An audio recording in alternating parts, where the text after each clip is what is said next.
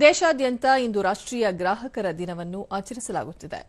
ಗ್ರಾಹಕರ ಆಂದೋಲನದ ಮಹತ್ವವನ್ನು ಸಾರಲು ಮತ್ತು ಪ್ರತಿಯೊಬ್ಬ ಗ್ರಾಹಕನ ಹಕ್ಕುಗಳು ಮತ್ತು ಜವಾಬ್ದಾರಿಗಳ ಬಗ್ಗೆ ಜಾಗೃತಿ ಮೂಡಿಸಲು ಪ್ರತಿ ವರ್ಷ ಡಿಸೆಂಬರ್ 24 ರಾಷ್ಟ್ರೀಯ ಗ್ರಾಹಕರ ದಿನವಾಗಿ ಆಚರಿಸಲಾಗುತ್ತದೆ.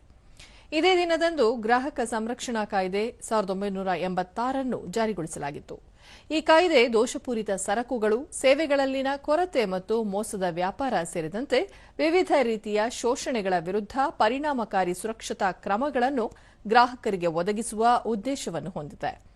ರಾಷ್ಟ್ರೀಯ ಗ್ರಾಹಕರ ದಿನದ ಅಂಗವಾಗಿ ಕೇಂದ್ರ ಗ್ರಾಹಕ ವ್ಯವಹಾರಗಳ ಸಚಿವ ಪ್ರಹ್ಲಾದ್ ಜೋಶಿ ಗ್ರಾಹಕರ ಹಕ್ಕುಗಳ ರಕ್ಷಿಸುವ ಧ್ಯೇಯದೊಂದಿಗೆ ರೂಪಿಸಲಾಗಿರುವ ವಿವಿಧ ಉಪಕ್ರಮಗಳಿಗೆ ಚಾಲನೆ ನೀಡಿದರು.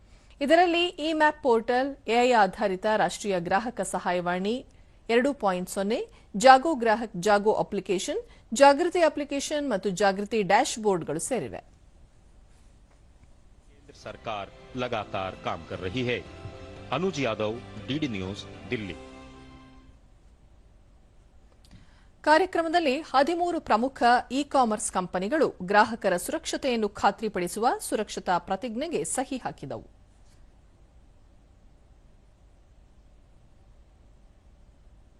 ಕಾರ್ಯಕ್ರಮಕ್ಕೂ ಮುನ್ನ ಮಾತನಾಡಿದ ಸಚಿವ ಪ್ರಹ್ಲಾದ್ ಜೋಶಿ, ಗ್ರಾಹಕರ ಹಕ್ಕುಗಳನ್ನು ರಕ್ಷಿಸುವಲ್ಲಿ ಮತ್ತು ಅವರಿಗೆ ಸೂಕ್ತವಾದ ಅಧಿಕಾರ ನೀಡುವಲ್ಲಿ ಕೇಂದ್ರ ಸರ್ಕಾರ ಸದಾ ಬದ್ಧವಾಗಿದೆ.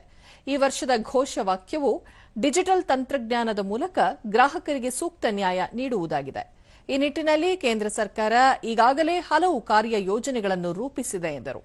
ಇಂದು ಕೃತಕ ಬುದ್ದಿಮತ್ತೆ ಎಲ್ಲ ಕ್ಷೇತ್ರಗಳಲ್ಲಿಯೂ ವ್ಯಾಪಕವಾಗಿದೆ. ಗ್ರಾಹಕರ ಸಮಸ್ಯೆಗಳನ್ನು ಬಗೆಹರಿಸುವಲ್ಲಿ ಈ ತಂತ್ರಜ್ಞಾನದ ಉಪಯೋಗ ಪಡೆದುಕೊಳ್ಳಲಾಗುತ್ತಿದೆ. ಗ್ರಾಹಕರ ಹಕ್ಕುಗಳ ಇಲಾಖೆಯು ತನ್ನ ರಾಷ್ಟ್ರೀಯ ಗ್ರಾಹಕ ಸಹಾಯವಾಣಿ ಪೋರ್ಟಲ್ ಅನ್ನು ನವೀಕರಿಸಿದೆ. ಸುಧಾರಿತ ವೈಶಿಷ್ಟ್ಯಗಳನ್ನು ಕಾರ್ಯರೂಪಕ್ಕೆ ತರುತ್ತಿದೆ. ಈ ಮೂಲಕ ತ್ವರಿತ ದೂರುಗಳಿಗೆ ಪರಿಹಾರ ಸಾಧ್ಯವಾಗಿದೆ ಎಂದು ಸಚಿವ ಪ್ರಹ್ಲಾದ್ ಜೋಶಿ ಹೇಳಿದರು. ಇದೇ ವೇಳೆ ಈ ವಾಣಿಜ್ಯ ವೇದಿಕೆಗಳು ಕೂಡ ಗ್ರಾಹಕರ ರಕ್ಷಣೆಗೆ ಕ್ರಮ ತೆಗೆದುಕೊಳ್ಳುವ ಅಗತ್ಯವಿದೆ ಎಂದು ಸಚಿವರು ತಿಳಿಸಿದರು.